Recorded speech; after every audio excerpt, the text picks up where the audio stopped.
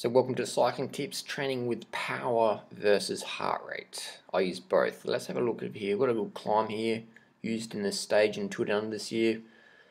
Quite a popular climb. Got over 1900 riders on there. Fastest time, Damon Howson. I think he's under 23, silver world time trial champ. Silver medalist. He's got a 7:26. He's got no power there. The lightning strike indicates someone using a power meter. Second place, Thomas de Ghent, Tour de France rider. Ben Hermans rides for Radio Shack. And we've got a few other domestic pros here. Français de Jour rider, Jussi. And here we have Vegan Boy, Banana Boy, with a 758 there with a 372 watts at 63 kilos, around 5.88 watts per kilo. But if you look at my heart rate, it's not very high at all. I've held that heart rate for almost an hour and a half in a half marathon. So training by heart rate isn't very accurate at all. And let's break it down. Let's break it down, shall we? Break it down. So we're going to go to power. We're going to have a look at here. So this is approximately the Corkscrew climb. You can see that I've tried to not spike it too much. This is a couple of corners where I'll probably push a little bit too hard, but that's okay, just for a few seconds. You can see there that it's only, we've got 54.18, and then I move over 54.22. So it's only a 4-second burst, that's okay. And I've tried to keep it up. What I can notice next time on this climb is I can try and put a more consistent power on the flat sections, really. I was, so you can see there we have a 12-second drop from 446 down to 273, so I could have been a bit more consistent on that flatter section, just focus a bit more pedaling instead of trying to recover.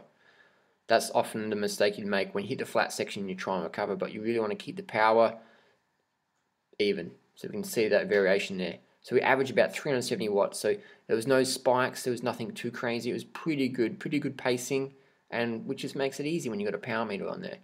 Now let's have a look at heart rate. What's heart rate going to tell us? See, I've already started the climb and my heart rate's only 157. And as we go along, it's taken me 8 minutes to get my heart rate right up there. Now, by the time my heart rate peaked, I'm already starting to go down the hill. So 186 is, I can hold that for at least 20 minutes. So we can see that training with heart rate isn't very accurate because it takes a while. In my case, it took me 8 minutes to really get into my zone heart rate. 8 minutes. The climb's already over. So heart rate shows you how your body is responding to the power you're putting out. Power, on the other hand, shows you what you're actually doing right now. In the last few seconds, it shows you what you're doing right now. So power versus heart rate. Power shows you what you're doing. Heart rate shows you how you're responding to what you were doing. Does that make sense? So it's a bit like cooking. If you want to bake a vegan banana cake, then using a thermometer, aka a power meter, is going to help you a lot more than just, using a fan or whatever. So heart rate is good, but power is best. Let's just do a cadence quickly. So we can see that on the climb over here, that's where we were. So we're trying to hover between 80 to 100. That's what we're trying to do. So nice, last light cadence. And this is a pretty steep climb. I use compact crank on this one, so I can have that nice cadence. So we probably average around 85 for the climb, cadence-wise. So there you go on cadence.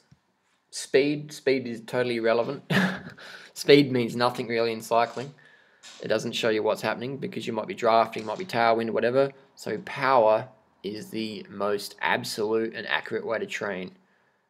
If you're not training with power, then you're really missing out a lot. So heart rate shows you how you're responding.